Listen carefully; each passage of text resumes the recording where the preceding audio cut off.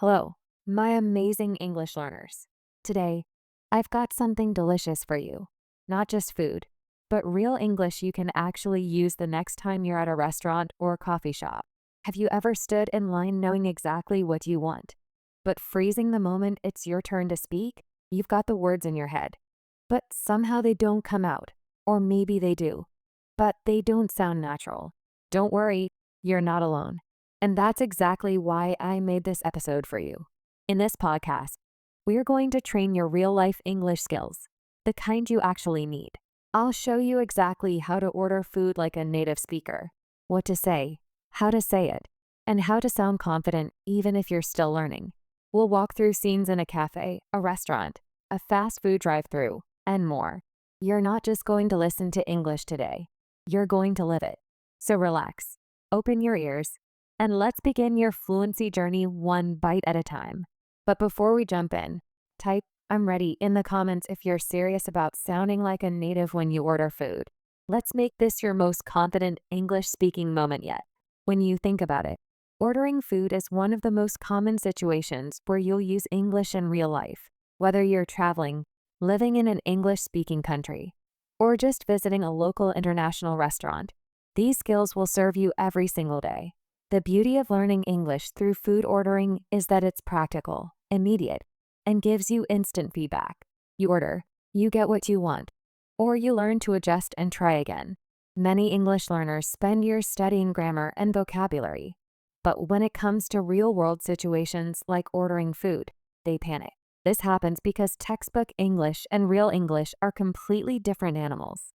In textbooks, conversations are perfect, predictable, and polite. In real life, people speak fast, use slang, interrupt each other, and sometimes the background music is so loud you can barely hear.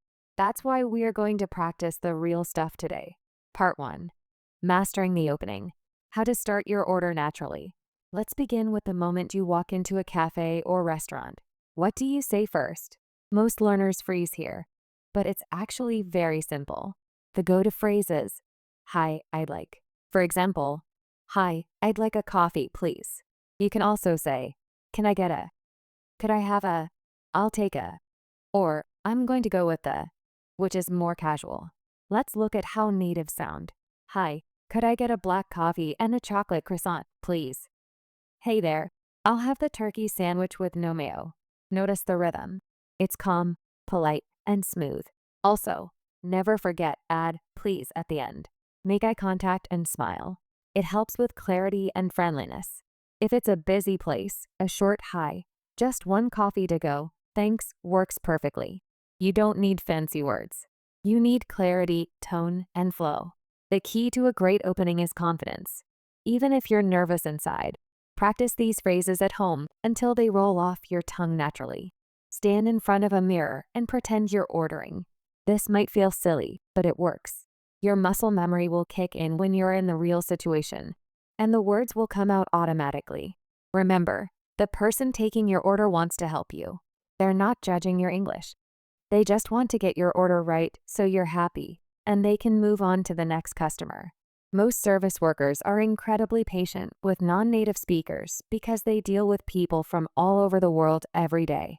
Another important tip: if you're nervous about your pronunciation, speak a little slower than you normally would.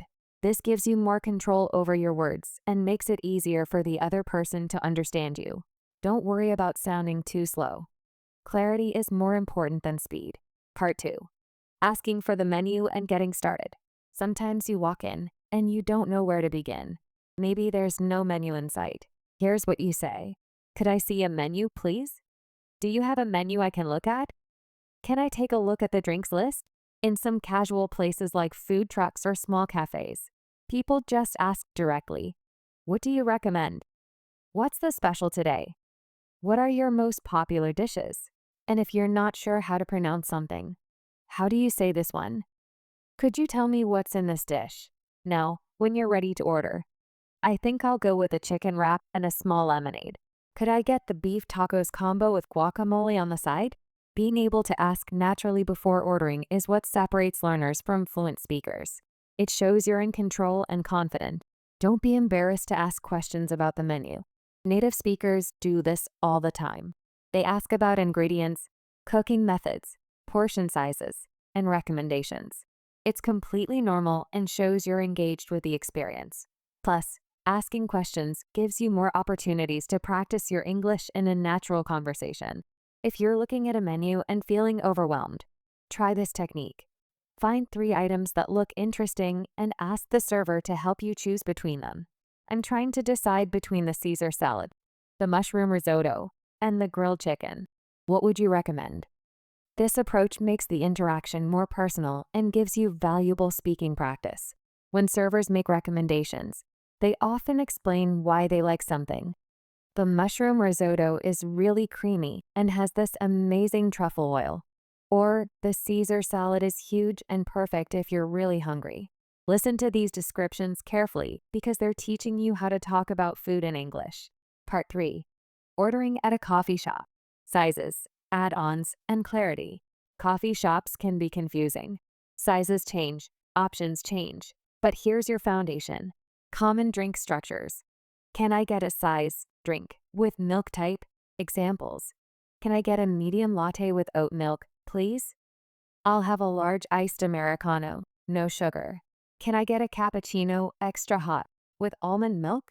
Most cafes have small, medium, large to go, or for here. Add-ons like syrups, whipped cream, milk options. Useful additions. No sugar, extra shot of espresso, light ice or no ice, half caffeine. Baristas might ask, is that for here or to go? Do you want that with whipped cream? What size would you like? Practice responding naturally. To go, please. Yes, with cream, thanks. A medium, please. It's the little details that make you sound native. Coffee culture varies significantly between countries and even between different coffee shops in the same city. In some places, ordering a regular coffee gets you black coffee. In others, it might come with cream and sugar automatically. Don't be afraid to be specific about what you want. If you're not familiar with coffee terminology, here are some basics. Espresso is a strong, concentrated coffee shot. A latte is espresso with steamed milk and a little foam. A cappuccino has equal parts espresso, steamed milk, and foam. An Americano is espresso with hot water added. A macchiato is espresso marked with a small amount of foamed milk. Many coffee shops have their own special sizes and names. Starbucks uses tall, grande, and venti instead of small, medium, and large. Don't worry if you forget these special terms. You can always say small, medium, or large, and they'll understand. You can even point to the size you want and say, I'll take that size. The key with coffee shops is to be patient with yourself. There are so many options that even native speakers sometimes take a while to decide. Take your time, ask questions, and don't feel pressured to order quickly. If there's a long line behind you and you need more time, you can always step aside and let others go first while you decide. Part 4. Restaurant vibes. Getting seated and ordering a main dish. In restaurants, it all starts with arriving at the host stand. You might hear, "Hi, how many? Do you have a reservation? Would you like to sit inside or outside?"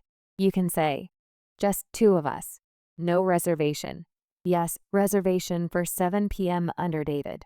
We'd prefer a table by the window if possible. Now you're seated and browsing the menu. When you're ready to order, here are native phrases. I'll have the. Can I get the?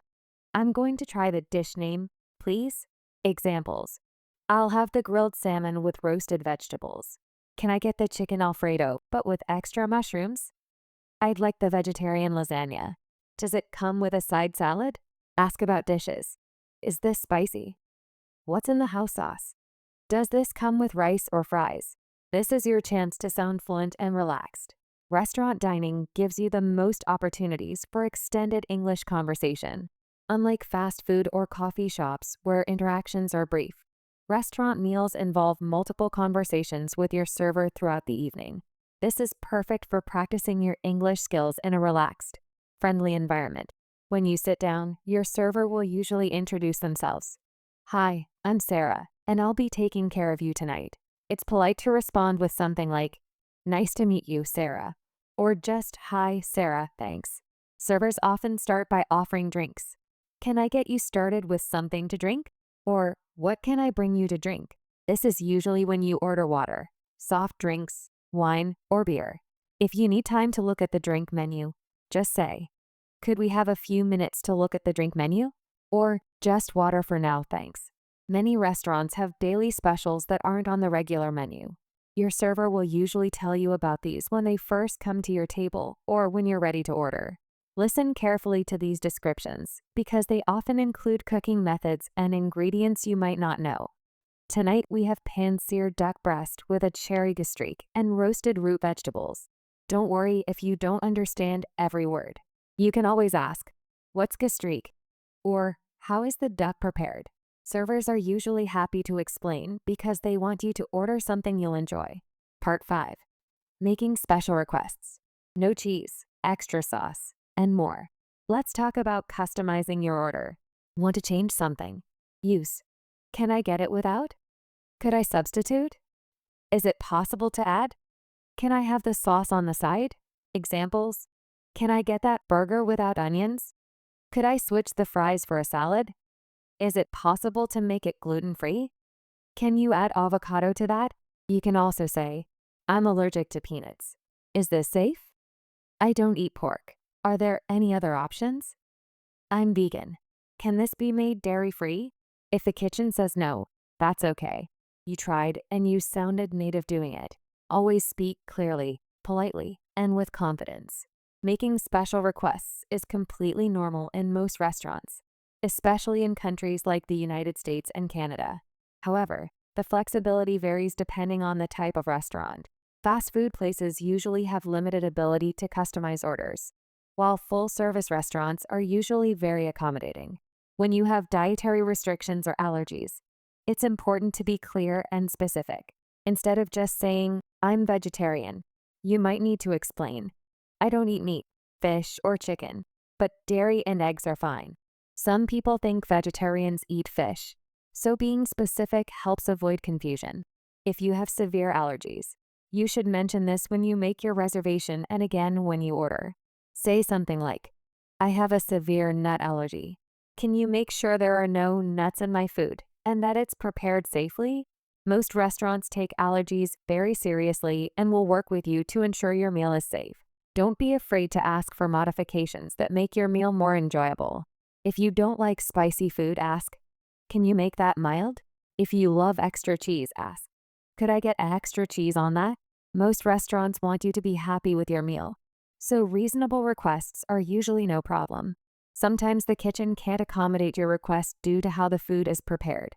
For example, if something is pre-made or comes from a supplier already prepared, they might not be able to remove certain ingredients. If this happens, just ask, "What would you recommend instead?" Or, "What other options do you have?" Part 6. Desserts, extras, and add-ons. Meal's not over yet. Let's talk dessert and sides. Servers might ask, "Would you like dessert?" "Can I offer you anything sweet? Still hungry?" Joking, but common. You might say, "Yes. What do you recommend?" "I'll try the cheesecake." "Nothing for me, thanks." Just the check. If you're not sure, ask, "Is the brownie warm?" "Does the apple pie come with ice cream?" "Can we split one dessert between two?" For sides, "Can I get a side of mashed potatoes?" "Do the burgers come with fries?" "Could I add a small soup with that?" Ordering extras smoothly makes your English sound alive, not textbook. Dessert time is often when the pace of the meal slows down, and you have more time for relaxed conversation with your server. This is a great opportunity to practice English in a low-pressure situation. You might ask about how desserts are made. "Is the chocolate cake made here?" Or, "What's in the tiramisu?" Many restaurants have dessert specials or seasonal items that change regularly. Your server might describe these in detail. "We have a special strawberry shortcake tonight with fresh berries and homemade whipped cream." Practice listening to these descriptions and asking follow-up questions. "Are the strawberries local?" Or, "How big are the portions?" If you're dining with others, dessert is often shared. You can suggest this by saying, "Should we get one dessert to share?" Or, "Does anyone want to split the chocolate cake with me?" When the dessert arrives, you might need to ask for extra spoons or forks. "Could we get a couple more spoons, please?" Sometimes you might be too full for dessert, but still want something small. You can ask, "Do you have anything light?" Or, "What's your smallest dessert?" Many restaurants offer sorbet, fruit, or small cookies as lighter options. Don't forget about coffee or tea with dessert. Your server might ask, "Would you like coffee or tea?" Or, "Can I bring you anything else to drink?" This is common, especially at dinner, and it's another opportunity to practice your English. "I'll have a cappuccino, please," or "Do you have herbal tea?" Part 7. Paying like a native. Check. Card. Split the bill. Time to pay. Here's how it usually sounds. You say, "Can I get the check, please?" US, "Could we have the bill, please?" UK, "We're ready to pay." If you're with friends, "Let's split the bill. We'll pay separately. I'll cover it this time." Very native. When using a card, "Do you take Visa? Can I pay by card?" Contactless is okay for tapping your card. And when you're happy, "Everything was great. Thanks so much. The food was amazing. Compliments to the chef." These phrases show appreciation. A small thing, but powerful. The payment process varies significantly between countries and types of restaurants. In the United States, it's common to leave a tip of 18 to 20% for good service. In many European countries, a service charge might already be included, or tipping might be less common. When in doubt, you can ask, "Is service included?" Or, "What's the usual tip here?" In some restaurants, especially casual ones, you might pay at a counter rather than at your table. Your server will usually tell you, "You can pay up front when you're ready," or "Just take this to the register." Credit card payments are standard in most places, but it's always good to ask if you're unsure. "Do you accept American Express?" Or, "Is there a minimum for credit cards?" Some small businesses prefer cash or have minimum amounts for card payments. When you're ready to leave, it's polite to thank your server one more time. "Thank you. We really enjoyed everything." Or, "Thanks for the great service." If the meal was exceptional, you might want to compliment specific dishes. "That salmon was incredible." Or, "Please tell the chef the pasta was perfect." Part 8. Takeout and delivery. Real life English. Let's say you're ordering food for pickup or delivery. You can say, "Hi, I'd like to place a pickup order. Do you do delivery? Can I order for takeout?" Common questions. What's the wait time? Do you take phone orders or just online? Can I pay when I arrive? If you're using apps like Uber Eats or DoorDash, practice reading menus in English and calling restaurants to ask, "Hi, I placed an order online. Just checking the status. Can I change something in my order? Will you include napkins and utensils, please?" This is real English, practical, daily, and useful. Takeout and delivery have become huge parts of food culture, especially since the COVID-19 pandemic. The language used in these situations is often more direct and efficient than in sit-down restaurants, but it's still important to be polite and clear. When calling for takeout, restaurants usually answer with their name and ask how they can help you. Tony's Pizza. How can I help you? You can respond with, "Hi, I'd like to place a takeout order," or "I'd like to order for pickup." They'll often ask for your phone number first to look up previous orders or create a new customer profile. "Can I get your phone number?"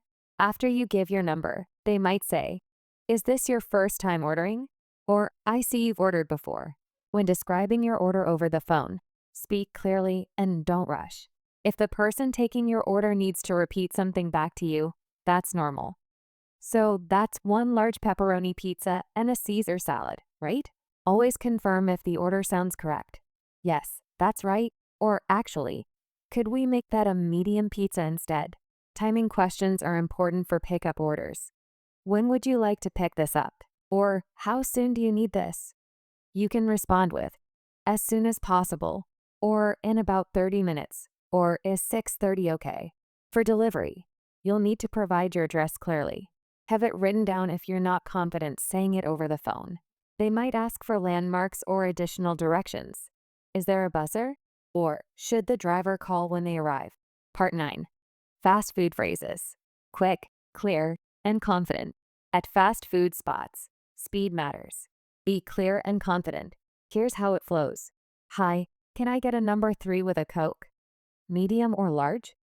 "Medium, please." "Anything else?" Yeah, an apple pie.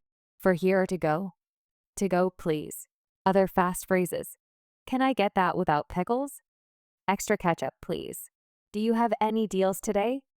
Can I add a milkshake to that? It's fast, but not rushed. Speak clearly and don't panic. Even if the line is long behind you, fast food restaurants are designed for efficiency. But that doesn't mean you need to feel pressured. The employees are trained to handle all kinds of customers, including those who need a little extra time or help with English. Most fast food chains use numbered combo meals to make ordering easier. I'll take a number 4 is much simpler than listing every item separately. But if you prefer to order individual items, that's fine too. Can I get a cheeseburger, large fries, and a Sprite? Many fast food places have value menus or special deals. You can ask about these. What deals do you have today? Or do you have any specials? The cashier will usually be happy to tell you about current promotions. Drive-through ordering presents unique challenges because the audio quality isn't always great, and you can't see the person taking your order.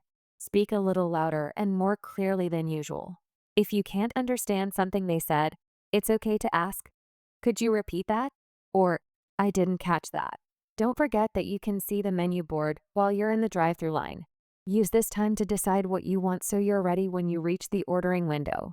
If you need more time, you can ask, "Can I have just a minute to look at the menu?" Part 10. Sound like a native. What really matters? Let's be honest, native speakers don't always speak perfectly, but they speak with ease, rhythm, and energy. So, what makes you sound fluent? Saying, "I'll have" instead of "I want." Smiling when you order. Asking questions like, "What do you recommend?" Customizing confidently. "Can I get it without onions?"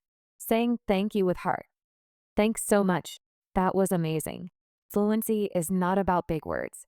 It's about natural energy, clear pronunciation, and emotional confidence. So, from the moment you enter a place, order your food, make a change, and ask for the bill, you now have the tools to sound like you belong. You don't just speak English, you live in English. The most important thing to remember is that communication is about connection, not perfection. When you order food, you're having a human interaction, not taking an English test. The goal is to get what you want and maybe have a pleasant conversation along the way. Native speakers make mistakes too. They forget words, mispronounce things, and sometimes have to repeat themselves. What makes them sound native is their confidence and their willingness to keep trying until they're understood. Practice these phrases until they become automatic. Start with the basics and gradually add more complex requests and questions. Record yourself practicing and listen back to check your pronunciation and rhythm. Most importantly, be patient with yourself and celebrate small victories. Body language is just as important as the words you use. Make eye contact, smile genuinely, and use natural gestures. These nonverbal cues help communicate your meaning and show that you're engaged in the interaction. If you make a mistake, don't panic or apologize excessively. Simply correct yourself and move on. "Sorry, I meant medium, not large." Native speakers do this all the time, and it's completely normal. Remember that every interaction is a learning opportunity. If someone uses a word or phrase you don't know, make a mental note to look it up later. If a conversation doesn't go perfectly, think about what you could do differently next time. The goal is not to sound exactly like a native speaker from a particular region, but to communicate clearly and confidently. Your accent and unique way of speaking are part of who you are, and that's perfectly fine as long as you can be understood. Most importantly, enjoy the process. Food is one of life's great pleasures, and being able to order what you want in English opens up a world of culinary experiences. Whether you're trying a new restaurant in your hometown or traveling to an English-speaking country, these skills will serve you well. If this episode helped you feel more confident ordering food in English, then don't keep it to yourself. Share it with a friend. And remember, this is not just about English. This is about creating a life where you feel confident, powerful, and connected no matter where you are. Subscribe for more real-life English that actually helps you speak. Until next time, keep practicing, keep smiling, and keep growing. Because your English is not just good, it's getting native. Now your turn. Test time.